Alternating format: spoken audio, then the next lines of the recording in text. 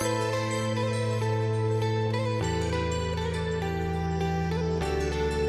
বন্ধুরা, তোমরা ভালো আছো? আমিও ভালো আছি। আজকে একটা আবার নতুন রেসিপি নিয়ে তোমাদের সামনে এলাম। দেখো, এখানে আমি 3টে পেঁয়াজ নিয়েছি।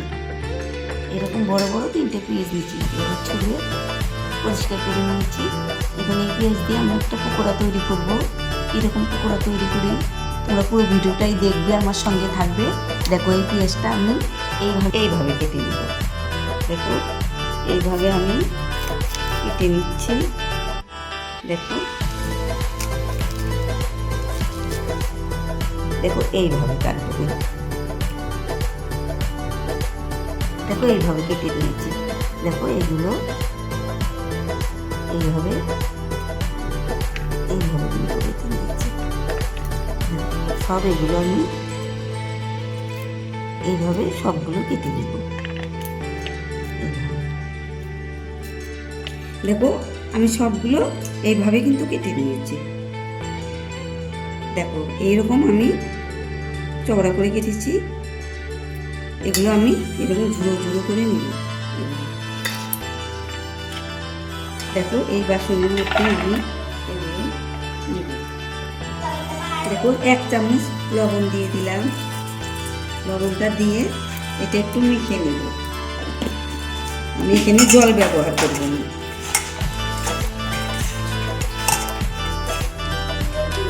দেখো, আমি 1/2 চামচ লঙ্কা গুঁড়ো দিয়ে দিলাম।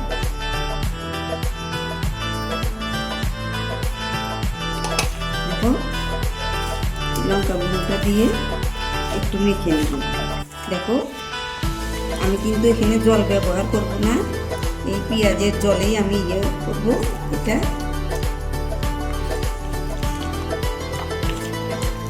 দেখো, অনেকটাই জল বেরিয়েছে। দেখো, ভিজে গেছে।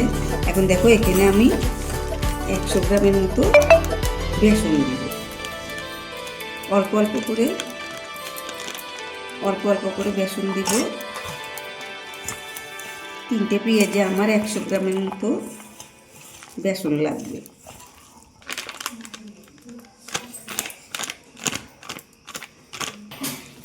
দেখো, আমি এটা মেখে নিয়েছি, এইরকম হয়েছে। দেখো,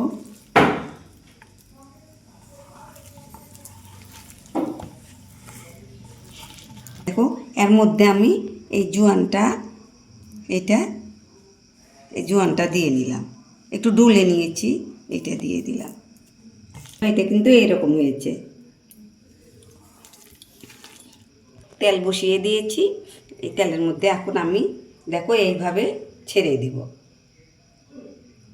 এইভাবে নিব, আমি কিন্তু দলা পাকিয়ে দিব না, এইভাবে দিব ছেড়ে।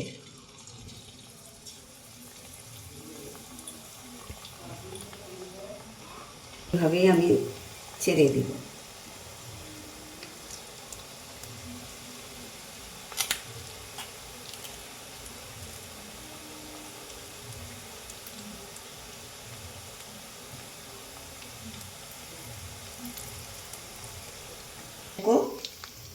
এগুলো দেখো উল্টিয়ে দিব।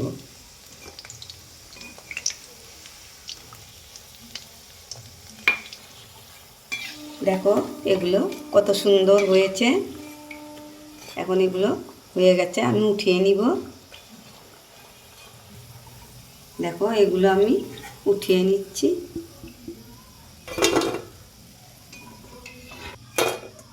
দেখো, এইভাবে দিয়ে দেব।